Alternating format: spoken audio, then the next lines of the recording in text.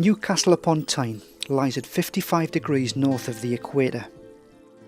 In some of our summers may be over in the blink of an eye. By autumn, it's often dull and wet, and by November, the days are appreciably shorter and colder.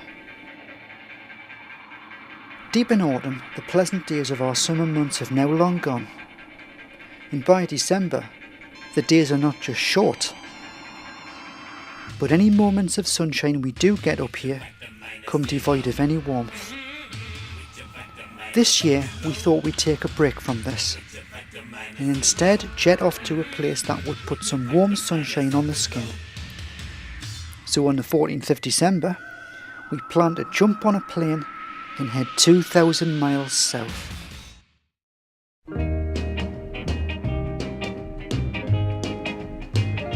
Here comes summer. At the gate of the airport, we kept our eye on the plane that was being prepared. It wasn't long before we were in the air and I was enjoying the window seat. After 4 hours, we could spot the unmistakable sight of Mount Adeje in Tenerife. It's the highest peak throughout the whole of Spain. And from the top at 12,000 feet, you can look up at the stars or downwards to the clouds. After taking a bus from the airport, we arrived at our accommodation. We stayed in a hotel by the name of the Grand Costa, which is in the resort of Adeje on the south side of the island.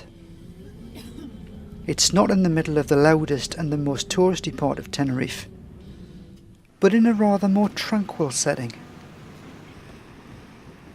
The hotel really is a plush outfit and just brims with visual appeal. Although the natives don't particularly celebrate Christmas themselves, they didn't exactly spare us tourists any Christmas-style displays that were there in most of the places we visited.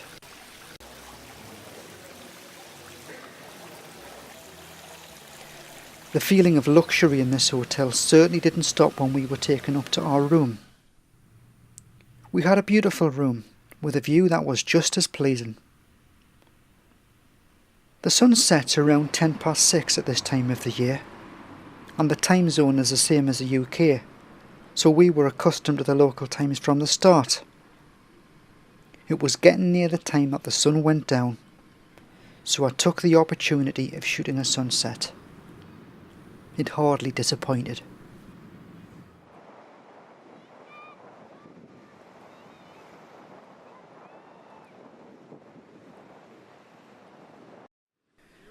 Tenerife lies at 28 degrees north of the equator. The tourist books tell us that it's nigh on impossible for frosts to occur at or around sea level on this island, due to the prevailing winds that carry a warm Atlantic breeze, which can never get that cold. So we found ourselves taking full advantage of this glorious climate, which during our 9 days never got below about 17 degrees C at night, and typically was in the mid-20s during the day. It was sunny every day, and the sun felt strong enough for us, despite it being at its theoretical weakest point of the year.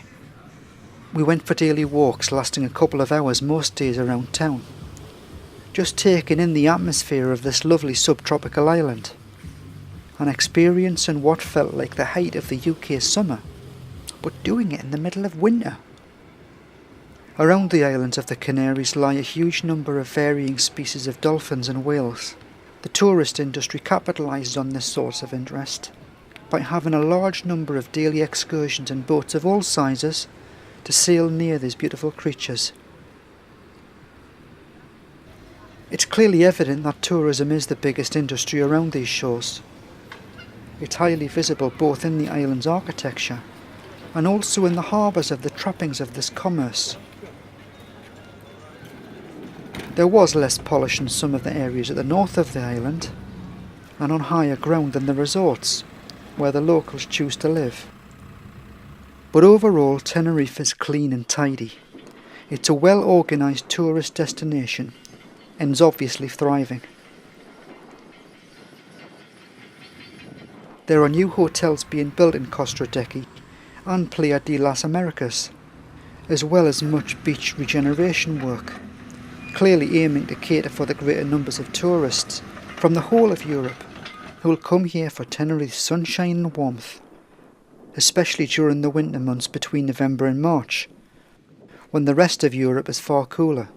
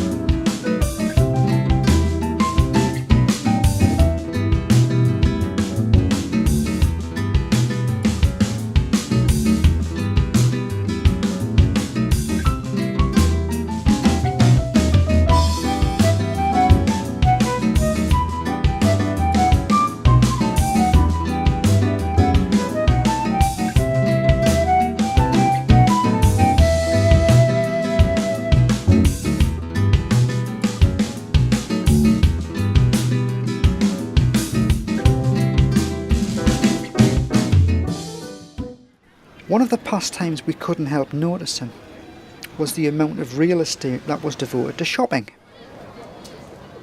A shopping centre with retail outlets stocking the high quality designer names that were advertised in the brochures, websites and even on our plane were all there. Again, the sales pitch was reasonably accurate. Those designer brand names were there in abundance. What we didn't see in abundance, though, were shoppers. Many of these shops didn't seem to have a soul in them. And as this was the week before Christmas, this was a little surprising. We saw plenty of people walking past the shops on the way to the beach, but not many doing any actual shopping. Even the grotto given to Santa was oddly marooned of the main man. It was a similar story at night. The centre's lighting was striking, but the place still seemed rather lonely. We did so much more than just lie next to the pool and have relaxing walks around the resorts during our stay. The hotel had live entertainers every night, and some of the acts were rather good. We always dined out, usually finding some good restaurants.